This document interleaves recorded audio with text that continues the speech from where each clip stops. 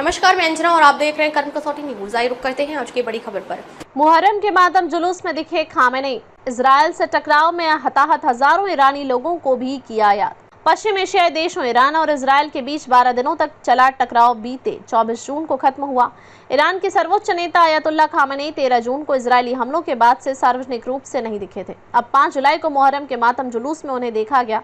Tehran में आशुरा की पूर्व संध्या पर मुहर्रम के मातम जुलूस में खामेनेई के पहुंचने पर समर्थकों ने उनका स्वागत किया। इस कार्यक्रम में संसद अध्यक्ष समेत कई बड़े अधिकारी शामिल हुए।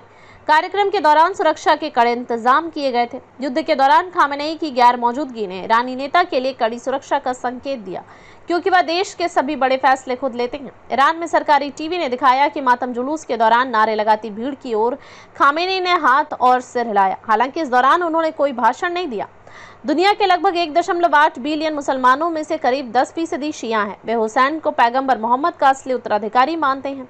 बगदाद के दक्षिण में करबला में हुए युद्ध में हुसैन की सुन्नियों के हाथों मौत हो गई, जिससे इस्लाम में शिया और सुन्नी मुसलमानों के बीच दरार पैदा हो गई। ईरान में लाल झंडे हुसैन के खून का प्रतीक। ईरान में शोक मनाने के दौरान लाल झंडे हुसैन के खून का प्रतीक होते हैं और काले कपड़े मातम का। लोग छाती पीटते हैं, खुद को कोड़े मारते हैं और भीषण गर्मी में पानी छिड़क कर शोक जताते हैं। युद्ध में 900 से ज्यादा ईरानियों की हुई मौत। ईरान ने इजराइल के साथ युद्ध में 900 से ज्यादा लोगों की मौत और हजारों लोगों के घायल होने की बात स्वीकार की है। साथ ही देश की परमाणु सुविधाओं को गंभीर नुकसान होने की भी पुष्टि की है। ईरान ने संयुक्त राष्ट्र परमाणु निगरानी संस्था के निरीक्षकों को परमाणु ठिकानों पर जाने की अनुमति नहीं दी है।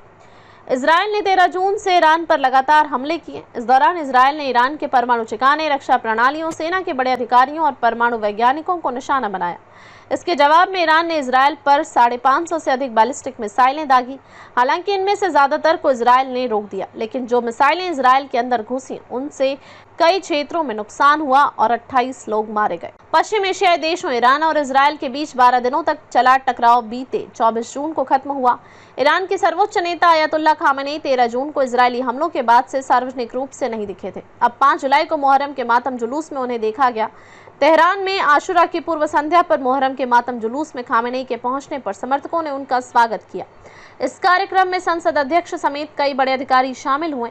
कार्यक्रम के दौरान सुरक्षा के कड़े इंतजाम किए गए थे। अब तक के लिए बस इतना ही। फिर मिलते हैं एक ऐसी ही बड़ी खबर के साथ। तब तक के लिए नमस्कार और देखते रहिए कर्म कसौटी न्यूज।